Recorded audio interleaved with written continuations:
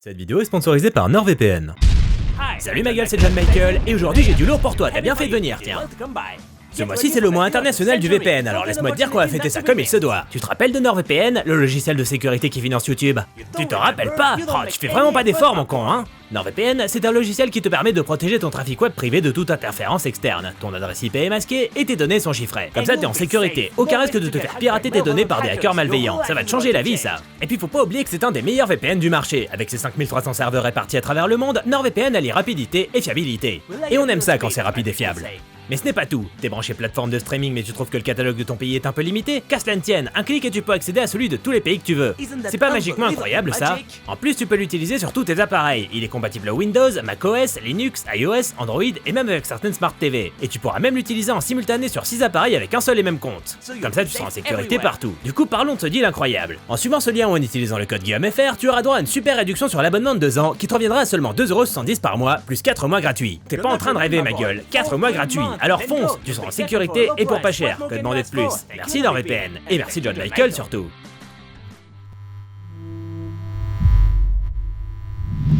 Salut à tous, c'est Guillaume Cassard. Au programme aujourd'hui, des riches très riches, des pauvres très pauvres, des vaisseaux, des explosions, des robots et un chauve badass. Ce qui est d'ailleurs un pléonasme. C'est parti pour Elysium. Suite au succès de District 9, qui était quand même vachement bien, on était beaucoup à se poser la question suivante. Qu'est-ce qu'il va faire maintenant Nilou? Et est-ce qu'il va réussir à faire aussi bien que District 9? Ouais, ça fait deux questions du coup. On avait tous un peu les yeux rivés sur lui, et c'est normal vu la claque qu'on venait de se prendre. À seulement 30 balais, le gars avait débarqué de nulle part, et s'était immédiatement imposé comme un excellent cinéaste capable d'apporter un souffle nouveau à un genre pourtant extrêmement balisé. C'était fort. On était donc impatients de voir ce qu'il nous réservait, et surtout si son deuxième film serait à la hauteur de son coup d'essai qui s'était avéré être un coup de maître. Mais non, je mets pas la pression. De son côté, quelques temps après la sortie de District 9, Blomkamp commençait déjà à réfléchir à son second long métrage. Si beaucoup réclamaient déjà un éventuel District 10, vu la fin relativement ouverte du film, ce n'était pour l'instant pas dans l'intention du réalisateur. Il savait cependant qu'il voulait continuer d'exploiter la recette qui avait fait son succès, à savoir un mélange de spectaculaire et de sujets de société plus profonds. En l'occurrence, après avoir exploré la thématique de l'apartheid, il avait dans l'idée de s'attaquer aux écarts de richesse, aux différences de classe entre riches et pauvres. Comme sur District 9, son inspiration fut principalement nourrie de son enfance à Johannesburg, une ville où les plus pauvres côtoient les plus aisés. Bref, la toile de fond de son prochain film serait la lutte des classes, qu'il explorait à travers le prisme de son genre de prédilection, la science-fiction. Pas la comédie romantique, non. Le projet, nommé Elysium, trouve donc preneur au sein de la boîte de production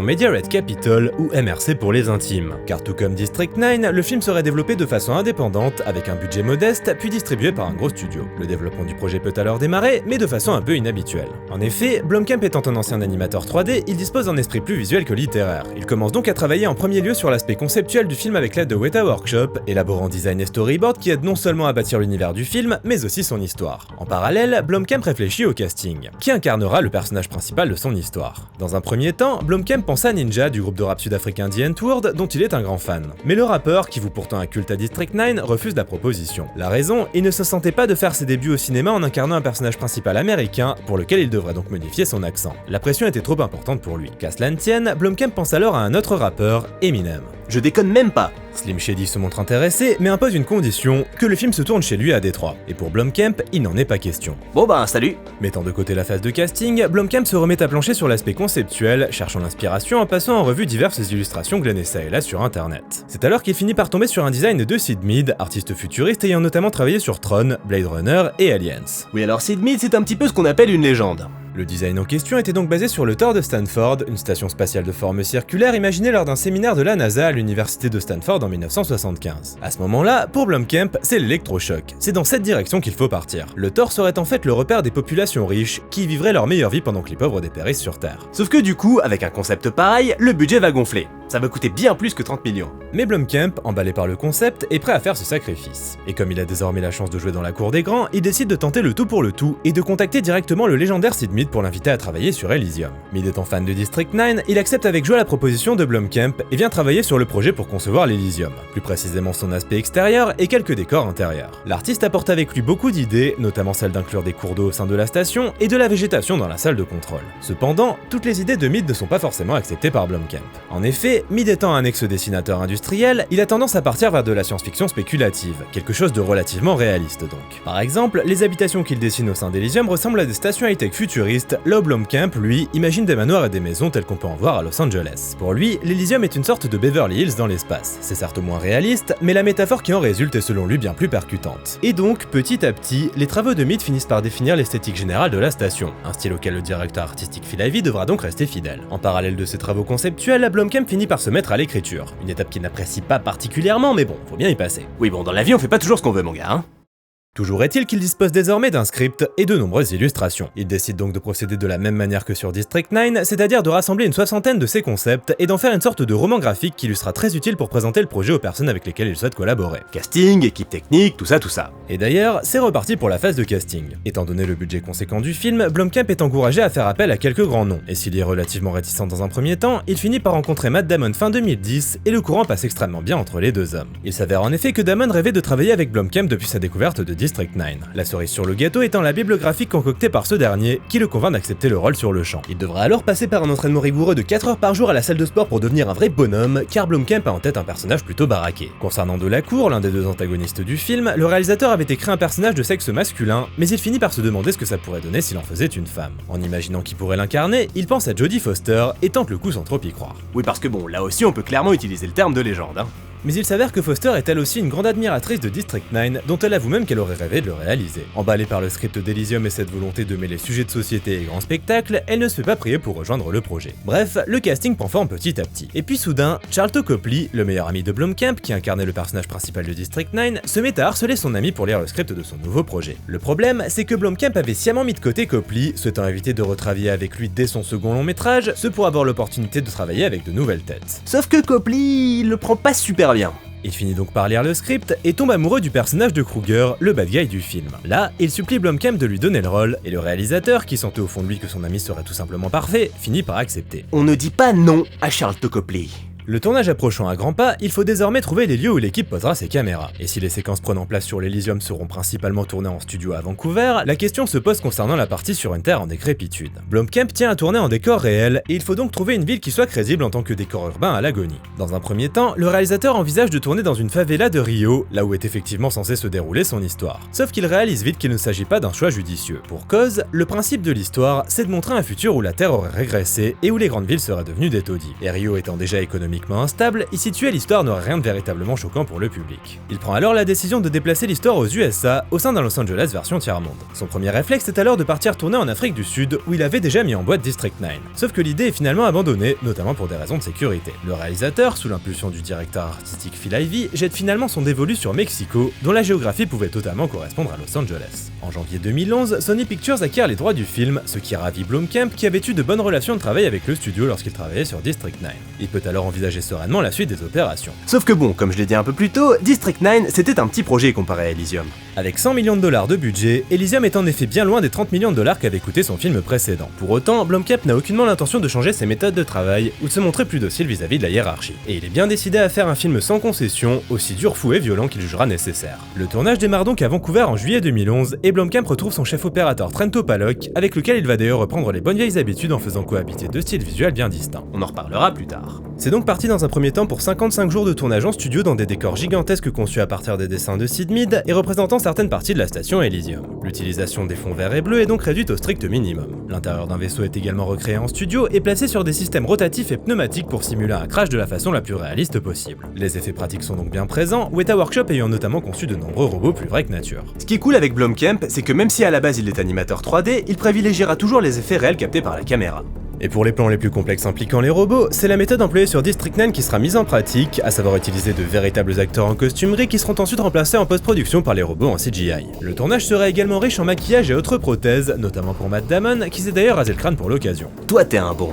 Ce n'est pas Charlton Copley qui dira le contraire, les tournages de Neil Blomkamp ne ménagent pas leurs acteurs principaux, et Elysium s'avérera donc très physique pour Matt Damon, avec au programme combat à main nue, fusillade et cascade en tout genre. Le tout en portant un exosquelette. Oui, parce que l'une des stars du film, c'est un exosquelette porté par le personnage principal et censé décupler sa force. L'accessoire en question est donc conçu par Weta Workshop et porté par Damon pendant la majeure partie du tournage. Fort heureusement, l'armure laissera une grande liberté de mouvement à l'acteur et ne posera donc pas autant de problèmes que ne le craignait Blomkamp. Cependant, elle s'avère tout de même relativement fragile et ne tiendra donc pas toujours le choc lors des séquences les plus brutales, notamment une scène de combat entre Damon et Copley où chacun est affublé de son exosquelette. Lors du tournage de cette scène, les responsables des effets pratiques devront systématiquement intervenir entre les prises pour remettre en place les pièces abîmées, voire voire carrément les remplacer. Concernant Copley d'ailleurs, si ce dernier est connu pour ses talents d'improvisateur, Blomkamp lui avait demandé de freiner des cas de fer et de rester fidèle à ses répliques ayant l'intention de travailler de façon plus conventionnelle que sur District 9 où l'improvisation était constante. Sauf qu'on ne dit pas à Copley ce qu'il doit faire. Le réalisateur a donc finalement laissé son ami gérer son jeu comme il le souhaitait et l'acteur ça fait plaisir. Malgré la complexité du tournage, Blomkamp avance vite, se contentant de 2 répétitions puis de prises avant de passer au plan suivant.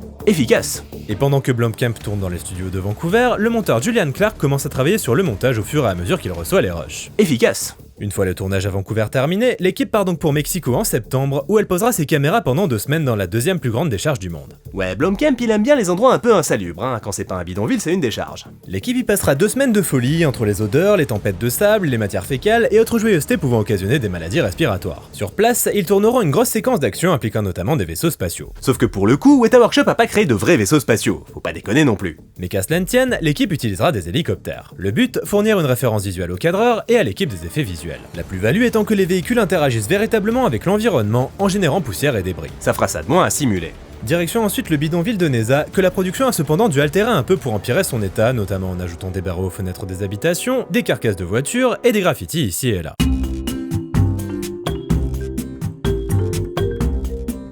Pour s'occuper des graffitis peints sur les navettes spatiales, l'équipe a fait appel à de véritables gaffeurs de gang de Los Angeles, garantissant le résultat le plus authentique possible. C'est faux, non ? Après un passage au sein d'une usine désaffectée, le tournage d'Elysium prit fin au bout de 78 jours et le film partit entre les mains de Image Engine pour les effets visuels, Julian Clark et Lee Smith pour finaliser le montage et Ryan Emon pour la musique. Ce dernier était en fait un habitué des trailer music, les musiques épiques généralement utilisées dans les bandes annonces, et n'avait jamais travaillé sur un long métrage auparavant. C'est en tombant sur un de ces morceaux que Blomkamp a eu le coup de foudre et a choisi de lui confier le projet, sur lequel il a d'ailleurs commencé à travailler avant même le début du tournage et donc sans disposer d'aucune image. Parce que la facilité ça n'a strictement aucun intérêt. Du côté d'Image Engine, environ 800 plans d'effets visuels devaient être réalisés, un nombre franchement raisonnable comparé à un blockbuster classique. Le gros challenge fut donc la création du Thor, sur lequel l'équipe passera une année entière à travailler pour obtenir le meilleur rendu possible, réfléchissant à l'aspect mécanique de la structure, à sa topographie, au plan des villes se trouvant à la surface, bref, rien ne fut laissé au hasard, le but étant de créer la station spatiale la plus crédible possible. Et la complexité de l'environnement fut telle que la station atteint un niveau de détail considérable, comptant pas moins de 3 trillions de polygones. Au mois d'octobre 2012, Sony Pictures décida de repousser la date de sortie du film, initialement prévue pour mars 2013, à août de la même année. La raison, éviter la compétition avec le monde fantastique d'Oz, le blockbuster de Disney et Sam Raimi. La post-production fut cependant achevée dès le mois d'avril, ce qui s'avéra un chouïa frustrant pour Blomkamp, même s'il était content que son film sorte à la période estivale, qui avait fait tant de bien à District 9. Et c'est ainsi que le 9 août 2013, le film sortit aux USA. Et il a correctement marché. Sans plus. Le retour du réalisateur de District 9 n'a pas franchement enthousiasmé les foules, le film ayant rapporté un total de 286 millions de dollars au box-office mondial pour un budget de 115 millions. Des chiffres pas forcément dégueux, mais bien loin des bénéfices engrangés par District 9 3 ans plus tôt. Du côté de la critique, même son de cloche. Bien, mais pas top, loin de la claque engendrée par son premier film. Le film prend donc place en 2154 alors que la partie aisée de la population terrienne a émigré sur la station Elysium, laissant le reste de l'humanité à son sort sur une terre surpeuplée, ruinée et polluée. C'est donc là que vit Max incarné par Matt Damon qui, après avoir été irradié suite à un accident sur son lieu de travail, n'a plus que 5 jours à vivre. Sa seule chance de s'en sortir, rejoindre Elysium qui dispose de la technologie capable de le soigner. Il décide alors de tenter le tout pour le tout, mais sa quête finit par devenir plus ambitieuse que prévu, à savoir établir l'égalité et ouvrir les frontières d'Elysium à la population terrienne. Et donc, Elysium c'est plutôt bof. J'avais très envie d'aimer Elysium, mais force est de constater que le deuxième film de Neil Blomkamp s'avère globalement assez décevant. Tout n'est pas à jeter bien sûr, mais on était en droit de s'attendre à mieux. Niveau mise en scène, Elysium s'avère bien plus classique que son grand frère. Le style documentaire et image d'archives n'est donc pas de mise, mais on retrouve pour autant sans mal la patte du réalisateur, son style étant assez reconnaissable. Comme je le disais un peu plus tôt, Blomkamp et Opalok ont donc décidé de mettre en place 2 styles bien distincts sur le film, chacun étant associé à un cadre bien spécifique. Ainsi, les scènes se passant sur Terre sont principalement filmées caméra à l'épaule pour un rendu imprécis et nerveux, là où les séquences prenant place sur Elysium profitent de plans plus léchés filmés avec grue, rails de travelling, etc. Une façon de distinguer les 2 univers via la mise en scène qui s'avère donc plutôt intelligente et bien pensée. Sauf que sur ce film, Blomkamp a décidé que certaines scènes d'action devraient donner une putain de migraine au public. Du coup, dès que l'action devient nerveuse, la caméra s'emballe, les plans sont tout tremblants, et si on rajoute par-dessus ça un montage épileptique avec un enchaînement de plans qui doivent durer moins d'1 seconde chacun, on se retrouve avec des scènes d'action où on a franchement du mal à distinguer qui fait quoi. Ce qui est dingue, c'est que l'action est moins lisible que sur District 9, alors que lui avait l'excuse du faux documentaire. Donc niveau caméra qui tremble et tout le bordel, final on était servi. J'ai donc personnellement beaucoup de mal à comprendre cette approche, mais voilà, c'est selon moi le gros défaut du film en ce qui concerne la mise en scène. C'est pas constant heureusement, mais ça arrive quand même beaucoup trop à mon goût. Et c'est assez regrettable parce qu'à part ça, visuellement le film est assez impressionnant et son excellente direction artistique est donc bien mise en valeur. Les décors d'Elysium, conçus à partir des dessins de Sid Mead, sont superbes et la représentation du Los Angeles futuriste est saisissante de réalisme car filmée de façon très naturelle et sans abus de CGI. CGI qui sont d'ailleurs incroyables et plus vrais que nature, ce qui est pas franchement étonnant vu leur rendu déjà exceptionnel dans District 9 qui coûtait 60 millions de dollars de moins. Ça plus le passif de Blomkamp dans le domaine, encore heureux qu'il soit irréprochable à ce niveau-là. Des vaisseaux spatiaux aux robots en passant par la station Elysium, les effets visuels sont d'un réalisme sidérant et parfaitement intégrés à l'image. Tout ceci participe donc à créer un univers riche et impressionnant, tout en gardant ce côté sale typique de Blomkamp. Violence et crasse sont donc de mise, participant à l'aspect réaliste cher au réalisateur. Et si l'univers paraît riche, concernant les personnages qui le peuplent, la réussite est malheureusement moindre. Si je n'ai rien à redire concernant le casting, Matt Damon et Jodie Foster étant impeccables, les personnages manquent cruellement d'épaisseur, et j'avoue que leurs péripéties et certains moments dramatiques n'ont provoqué chez moi qu'une profonde indifférence. Et si Blomkamp fait son possible pour que l'on s'attache à Max, notamment à travers l'utilisation de nombreux flashbacks, le procédé s'avère plutôt lourd et ne parvient jamais à faire mouche. Celui qui se fait le plus plaisir par contre, c'est clairement Sharlto Copley, en roue libre total dans le rôle de Kruger, qui vole littéralement la vedette à ses collègues dans chacune des scènes où il apparaît. Il est complètement taré et Copley joue ça à merveille. Mais pour en revenir à Max, si le charisme de Matt Damon est bien présent, je le trouve malheureusement un peu trop lisse. Et ce côté lisse que Blomkamp voulait à tout prix éviter est malheureusement l'un des gros défauts du film. Oui, Elysium est très loin du côté percutant et subversif de District 9 et s'avère au final bien trop sage. Et pourtant il y avait de quoi faire. Le scénario met en place des thématiques intéressantes, lutte des classes, accès aux soins, immigration, et nous offre même une scène particulièrement puissante au début du film avec les 3 navettes qui tentent de passer illégalement la frontière vers Elysium. Le parallèle avec la réalité est évident et réellement pertinent, mais malheureusement, ça n'ira pas beaucoup plus loin. Comme si Blomkamp n'assumait pas réellement le côté sociopolitique de son film et ne voulait pas aller au bout de ses idées. Il avait bien précisé qu'il n'avait aucune envie de faire un film à message pour éviter de tomber dans le côté moralisateur, mais là en fait j'ai l'impression qu'il passe tout simplement à côté de son sujet. Passé la mise en place de l'intrigue, le potentiel thématique du film se trouve gâché car mis de côté au profit d'un enchaînement de scènes d'action. Et là où ça fonctionnait dans District 9, ici, la sauce prend moins. Car District 9 était parvenu à rendre ses personnages attachants. On voulait que Vickers et Christopher Johnson s'en sortent. Bref, on était impliqués émotionnellement. L'implication émotionnelle, c'est ce qui manque à Elysium.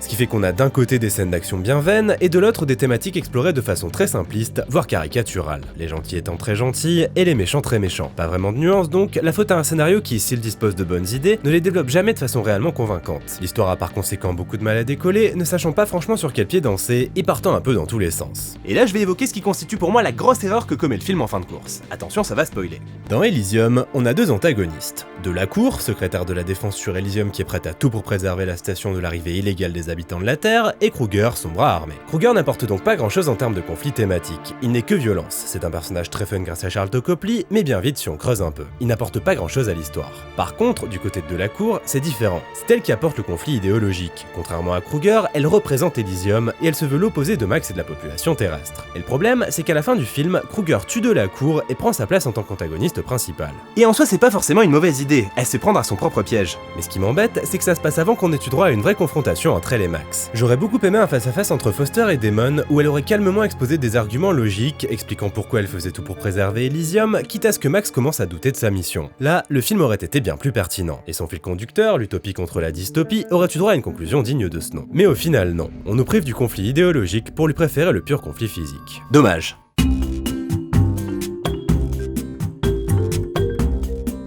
Jodie Foster a beau être une actrice chevronnée, elle a tourné sa toute première scène de mort dans Elysium, ce qui fait de Sharlto Copley le tout premier acteur à avoir tué Foster à l'écran. Et l'acteur a eu beaucoup de mal à tourner cette scène car il venait juste de rencontrer Foster et était donc un peu gêné. Bah après, ça a été l'occasion de briser la glace.